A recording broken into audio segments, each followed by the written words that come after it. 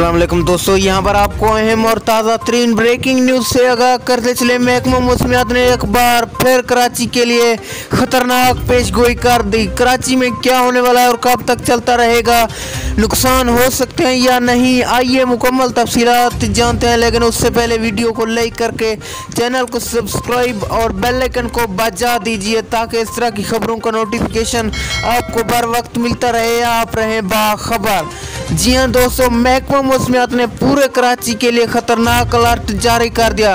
15 अक्टूबर से बारिशों का नया सिलसिला कराची में दाखिल होने जा रहा है और नया साइक्लोन भी आने को तैयार हो चुका है, जिससे कराची को जोरदार तूफानी का सामना करना पड़ सकता है। महकमा मौसमियात के मुताबिक कराची में ये बारिश इस साल की आखिरी बारिश होगी, फिर मानसून की ठंडी हवाएं चलेंगी, फिर सर्दियों का आगाज हो जाएगा।